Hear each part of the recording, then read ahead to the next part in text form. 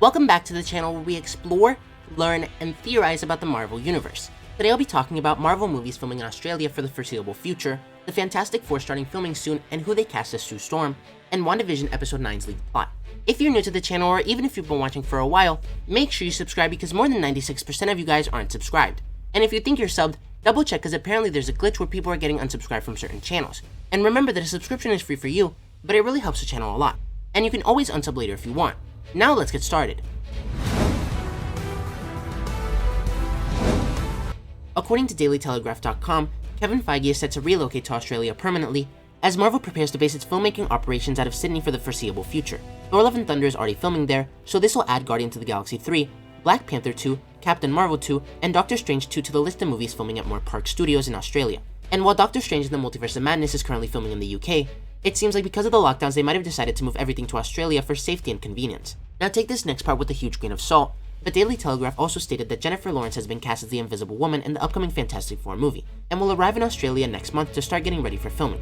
But Daniel Richtman recently stated that Marvel has talked with Jessica Roth for a role in the MCU, and while it's unknown which character she'll be playing, for some reason people immediately jump to the Invisible Woman. However, given that Jennifer Lawrence could be playing the character, I think Roth's role will be for someone else. And I know that it's not set in stone for John Krasinski and Emily Blunt to play the roles of Reed Richards and Sue Storm, but given how long fans have been asking for it, I feel like it'd be a bad idea not to bring them on, especially since Krasinski stated before that he wants to play Mr. Fantastic.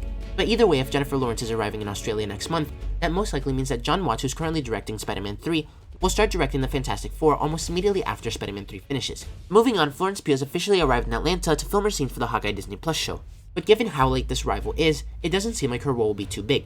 Next, there was a book in Agatha Harkness' basement yesterday, which I'm pretty sure is the Darkhold given his connection to Mephisto in the comics. And months ago, Roger Norvell tweeted that the return of the Darkhold will be fundamental in WandaVision. Captain Britain and Ghost Rider will appear in Doctor Strange 2, and the events of that movie and the show will prepare the ground for Doctor Doom's debut.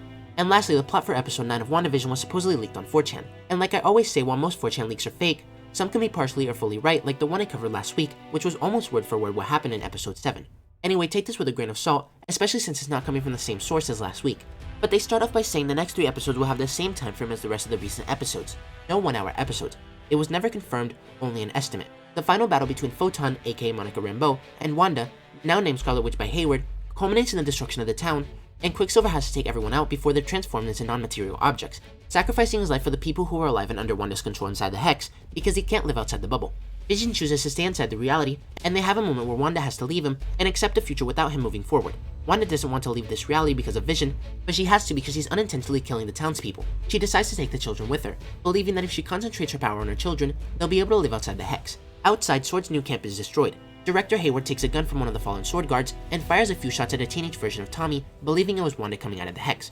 Wanda has flashbacks of her brother in Sokovia and remembers his real face. Wanda loses concentration, and her 2 teenage sons disappear similar to the blip. The whole show goes in reverse, and they explain how by recreating the Mind Stone, Wanda enhanced her powers and created everything.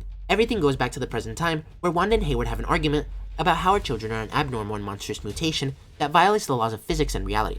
At that point, we see Wanda in the sitcom shows past and present, screaming at Hayward, "Let them be mutants," hovering the planet in the red Hex bubble and expanding to the far reaches of outer space. She finishes Hayward and tells him, "They are my mutants," referring to her children now being able to live in this new reality. The post-credit scene shows Agnes talking to someone tall who we don't see on camera about capturing the essence of the children. But let me know what you guys think about all this. Do you think MCU movies filming in Australia have anything to do with leaks? Or will it be harder for us to get leaks in the future if they're all closed off in one area? Are you excited for the Fantastic Four? And what do you think of episode 9's leaked plot? If you enjoyed the video, don't forget to like, comment, subscribe, and turn on post notifications so you'll never miss another video. Thanks for watching, and remember to wash your hands and stay safe.